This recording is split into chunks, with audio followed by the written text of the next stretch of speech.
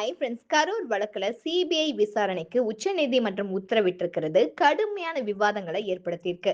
ஆனா இத பத்தி டிஎம்கே தரப்பு பெருசா அலட்டிக்கல அப்படின்னு சொல்லப்படுது. முக்கியமா மு.க. ஸ்டாலின் அவர்கள் இத பாசிட்டிவாவே எடுத்துக்கிட்டதா சொல்லப்படுது. சிபிஐ விசாரணை மூலமா தேவையில்லாம தமிழக போலீஸ்க்கு பிரஷர் இருக்காது. இதுல தாவேகாவை முடக்குறோம், விஜயம் முடக்குறோம் அப்படின்லாம் பிரஷர் இருக்காது. இந்த வழக்குல போலீஸ் விசாரணை தமிழக அரச கோர்ட் விமர்சனம் பண்ணல. அரசு செயல்பட்ட விதத்தை போலீஸ் விமர்சனம் பண்ணல. உச்சநீதிமன்றம் கேட்டதெல்லாம் கோர்ட் மேல இருக்கிற விமர்சனம் மட்டும்தான். சென்னை உயர்நீதிமன்றத்தை மட்டும்தான் உச்சநீதிமன்றம் விமர்சனம் செஞ்சாங்க. இதனாலேயே அரசு அழுத்தம் கொடுக்குது அப்படிங்கிற வாதத்தை இனி தாவேகா வைக்க முடியாது. இன்னொரு பக்கம் சிபிஐ விசாரணையும் தான் தோன்றித்தனமா இருக்காது.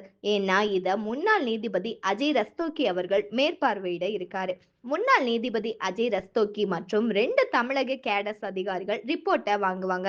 இது காரணமாவே சிபிஐ இத நீண்ட காலம் தாழ்த்தி விசாரிக்க முடியாது. தமிழக அரசுக்கு எதிரா சிபிஐ தரப்புக்கு போன வழக்கு எதுலையுமே தமிழக அரசுக்கு எதிரா சிபிஐ ஆக்ஷன் எடுக்கவே முடியல. இன்னும் சொல்ல போனா மைக்கேல்பட்டி விவகாரத்துல இருந்து பல விவகாரங்கள்ல தமிழக அரசினுடைய வாதமே சரி அப்படிங்கறத சிபிஐ விசாரணை நிரூபணம் செஞ்சாங்க. இத மனசுல வச்சுட்டு தான் சிபிஐ போனா நல்லதுதான் அப்படின்னு ஸ்டாலின் அவர்கள் முடிவு செஞ்சிருக்காராம். கரூர் கூட்ட நெரிசல் விவகாரத்துல விசாரணைய சிபிஐக்கு மாத்தி உச்சநீதிமன்றம் உத்தரவு பிறப்பிச்சிருக்காங்க. சிபிஐ விசாரணைய உச்சநீதிமன்ற ஓய்வு பெற்ற நீதிபதி அஜய் ரஸ்தோகி தலைமையிலான குழு கண்காணிக்கும் அப்படின்னு அறிவிப்பு வெளியிட்டிருக்கு. இதனாலேயே இந்த வழக்குல மேற்கொண்டு ஐஜி அஸ்ராகார் தலைமையில விசாரணை செய்ய முடியாது. கரூர் கூட்ட நெரிசல் சம்பவம் தொடர்பா சிறப்பு புலனாய்வு குழுவினர் 8வது நாளா தீவிர விசாரணை நடந்துட்டு வருது.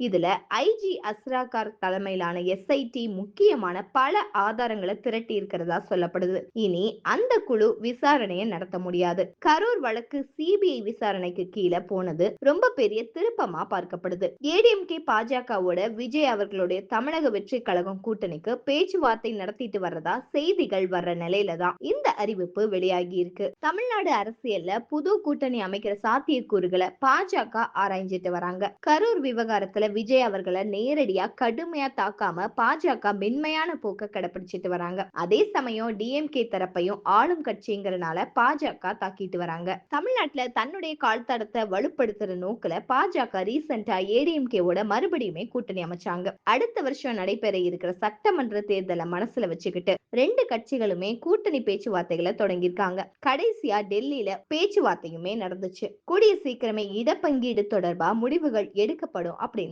சொல்லப்படுது. இந்த மாதிரியான லேட்டஸ்ட் அரசியல் அப்டேட்ஸ்லாம் உடனுக்குடனே தெரிஞ்சுக்கணும்னா மறக்காம நம்ம சேனல் ட்ரெண்டிங் டார்கெட்க்கு சப்ஸ்கிரைப் பண்ணி ஷேர் பண்ணுங்க.